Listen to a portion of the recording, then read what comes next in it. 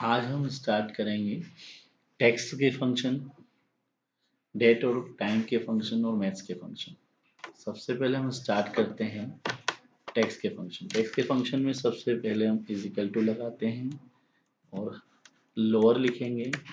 Lower लिखने के बाद ब्रैकेट ओपन करेंगे और जो लोअर लिखा हुआ है कैपिटल वर्ड्स में उसको सिलेक्ट करके शिफ्ट के साथ क्लोज कर देंगे।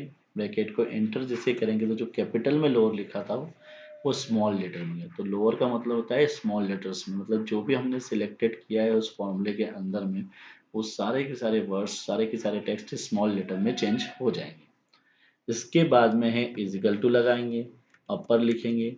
अपर लिखने के बाद में ब्रैकेट ओपन करेंगे और जो अपर स्मॉल लेटर में लिखा है उसको सेलेक्ट करने के बाद ब्रैकेट क्लोज करके एंटर करेंगे तो जो अपर स्मॉल लेटर में लिखा था वो कैपिटल में चेंज हो जाएगा। इसके बाद में नेक्स्ट ऑप्शन है प्रॉपर, इजिकल टू लगाएंगे, प्रॉपर लिखेंगे, ब्रैकेट ओपन करेंगे, जो टेक्स्ट लिखा है प्रॉपर वर्ड उसको सिलेक्ट करेंगे, शिफ्ट दबा के ब्रैकेट क्लोज कर देंगे। एंटर किया तो देखेंगे हम प्रॉपर वर्ड में पी कैपिटल है और वर्ड में डब्ल्यू कैपिटल, मतलब प्रॉपर में पी, वर्ड में डब्ल्यू कैपिटल, मतलब हर एक का पहला वर्ड ऑटोमेटिकली कैपिटल हो जाएगा। मतलब जो भी आपने सिलेक्टेड एरिया किया उसमें जितने भी टेक्स्ट है उसका फर्स्ट वर्ड कैपिटल में चेंज हो जाएगा।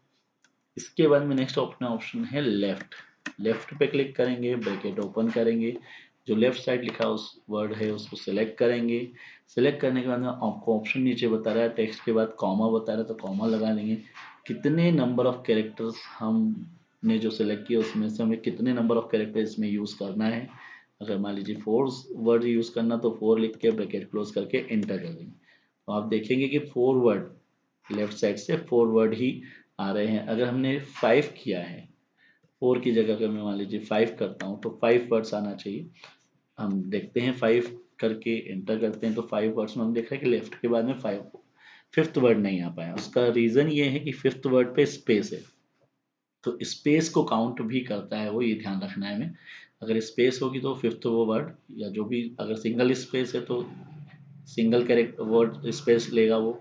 तो ये ध्यान रखिए अगर मैं 6 करता हूँ तो हाँ, अब देखिए आप वो 6 नंबर का वर्ड, मतलब लेफ्ट साइड एस आ जाएगा।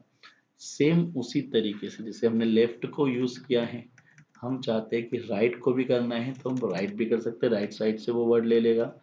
हम RIGST करते हैं, एंटर करते हैं तो राइट साइड से 6 वर्ड्स उसने ले लिए हैं। सेम उसी तरीके से एक स्पेस को भी यहाँ पर काउंट कर लिया है उसने। तो यहाँ से लेफ्ट और राइट साइड से कितने वर्ड्स लेना है, कितने कैरेक्टर्स लेना है, वो आपको यहाँ पर फॉर्मूला लिखने के बाद में, टेक्स्ट सिलेक्ट करने के बाद में, कॉमा लगाने के बाद में उस नंबर ऑफ कैरेक्टर्स लिखना है कि कितने लेना है लेफ्ट से या राइट से। इसके बाद जो नेक्स्ट ऑप्शन है वो है कॉन्कनेट। इससे होता है इजिकल टू लगाएंगे, सबसे पहले लिखेंगे हम कॉन्केटेनेट और ये लिखने के बाद यहाँ पर ब्रैकेट ओपन करेंगे, यहाँ इसको सेलेक्ट करेंगे। ये बोल रहा है कि टेक्स्ट 1, टेक्स्ट 2, टेक्स्ट 3, मतलब जितने भी टेक्स्ट अलग अलग कॉलम में अलग अलग जगह लिखे हों उनको आप सिलेक्ट करके कॉमा लगा के, दूसरा वाला सिलेक्ट करके कॉमा लगा के, तीसरा भी चौथा भी, जितने चाहे उतने टेक्स्ट को एक साथ सिलेक्ट करके एक साथ लेके आ सकते हैं। ब्रैकेट क्लोज करेंगे, एंटर करेंगे। अब आप देखेंगे दोनों कॉलम, मतलब कॉन्कनेट जो पहला टेक्स्ट कॉलम में था वो भी, पहले सेल का भी और दूसरे सेल का भी, दोनों वर्ड्स एक साथ हैं। स्पेसिफिक अगर समझना हो कि किस लिए यूज होता है तो हमने जैसे लिखा नाम और किसी का सरनेम लिखा जो अलग अलग कॉलम में लिखा हुआ तो आप उसको एक साथ लेके आ सकते हैं। अभी आप देखिए दोनों एक साथ ही आ रहा है। हम F2 करेंगे, अगर चाहते हैं कि दोनों के नाम के बीच में स्पेस चाहिए तो स्पेस लगा के इन्वर्टेड कॉमा, फिर स्पेस, फिर इन्वर्टेड कॉमा करके एक सिंगल कॉमा और दे देंगे, स्पेस भी आ जाएगी। तो इस तरीके से टेक्स्ट के फंक्शंस हमने क्लियर किए जो सम ऑफ यूज होते हैं। इसके बाद में है डेट। डेट के लिए इजिकल टू लगाएंगे, लिखेंगे नाउ, ब्रैकेट ओपन और क्लोज दोनों दबाएंगे। जैसे हम इंटर करेंगे तो करंट डेट और टाइम दोनों आ जाएगा। थोड़ा सा कॉलम बड़ा करते हैं ताकि हमको डेट टाइम दोनों क्लियरली दिख जाए। इसके बाद में फिर इजिकल टू लगाएंगे, अगर हम चाहते हैं आज की डेट आ जाए तो टुडे लिख के ब्रैकेट ओपन क्लोज करेंगे और इंटर कर देंगे तो आज की डेट भी आ जाएगी। इसके बाद में अगर हमको कंफ्यूजन है या कुछ कारणवश हमको जो डेट हमने लिखी है उसमें हमको डे अलग से बताना है कि डे इसमें से ये है तो हम डे लिख इजिकल टू लगा के डे लिख के ब्रैकेट ओपन करके और जहाँ भी डेट लिखी है या जहाँ भी नाउ लिखा है, डेट कंप्लीट लिखी है, उसको सिलेक्ट करके एंटर कर देंगे तो उसमें जो डेट है वो आ जाएगी अलग। सेम उसी तरीके से अगर हम चाहते हैं कि इजिकल टू लगा के मंथ को भी देखना चाहते हो तो ब्रैकेट ओपन करेंगे, डेट टुडे जो लिखा है जो डेट को सिलेक्ट करेंगे, ब्रैकेट क्लोज करेंगे और एंटर कर देंगे तो जो मंथ है वो भी आ जाएगा। सेम उसी तरीके से अगर हम ईयर देखना चाहते कि ईयर इसमें अलग निकल आए तो ईयर लिखा हमने, ब्रैकेट ओपन किया और जो हम डेट थी उस डेट को सिलेक्ट कर लिया और ब्रैकेट क्लोज करके एंटर कर देंगे तो यहाँ पर ईयर भी आ जाएगा। तो इस तरीके से हमारा डेट और टाइम वाला फंक्शन भी क्लियर हुआ। अब नेक्स्ट फंक्शन है अपना मैथ्स का।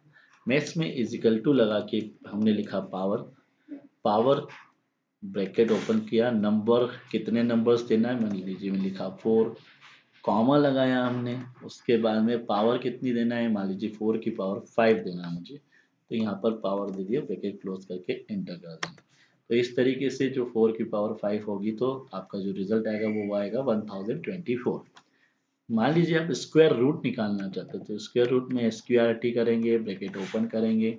मान लीजिए 225 का स्क्वायर रूट निकालना है तो 200 जिसका भी स्क्वायर रूट निकालना है वो लिख के ब्रैकेट क्लोज करके एंटर कर देंगे तो उसका स्क्वायर रूट आ जाएगा। नेक्स्ट है एबीएस। एबीएस मतलब एब्सोल्यूट वैल्यू। एब्सोल्यूट वैल्यू उस कंडीशन में ही होती है जैसे मान लीजिए कोई माइनस की अमाउंट लिखी हुई है और उसको पॉजिटिव अमाउंट में चेंज करना है तो माइनस की अमाउंट लिखने के बाद में एंटर कर देंगे तो ये प्लस में हो जाएगा।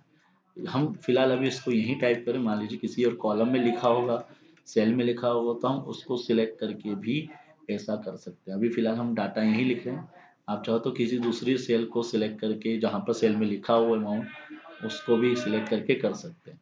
नेक्स्ट है क्वेश्चन। इससे जो होता है वो एक डिवाइड करके हमको बता देगा। ब्रैकेट ओपन करेंगे, न्यूमरेटर अमाउंट लिखेंगे, हम न्यूमरेटर अमाउंट लिखी 20, फिर कॉमा लगाया हमने। अब डिनोमिनेटर वाली अमाउंट मान लीजिए हमने 10 लिखना है, 10 लिख दी, ब्रैकेट क्लोज करा, 10/10 20/10 हो जाएगा। हमें पता है आंसर 2 आएगा। तो इस तरीके से हम उसको रिजल्ट निकाल सकते हैं।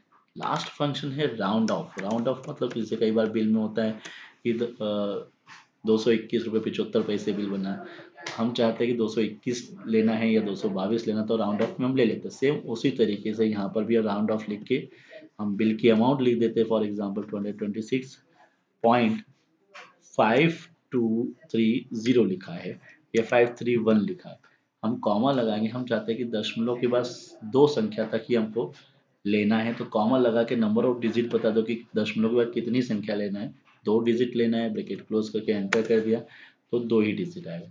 अगर आप चाहते हो 1 डिजिट ले तो उसके लिए वापस हम उसमें जाएंगे और सिंगल डिजिट ले लेते हैं और फिर एंटर कर देंगे। अब देखिए 226.50 है। अगर आप चाहते नहीं कि कोई डिजिट नहीं चाहिए, मुझे दशमलव चाहिए ही नहीं, तो 0 लिखेंगे और एंटर कर देंगे तो ये देखो 227। तो इस तरीके से राउंड ऑफ आप आपके अकॉर्डिंग निकाल सकते हैं। आज हमने टेक्स्ट का फंक्शन, डेट का फंक्शन और मैथ्स का फंक्शन तीनों क्लियर कर लिए। कल हम समझेंगे लुकअप, एच लुकअप और वी लुकअप।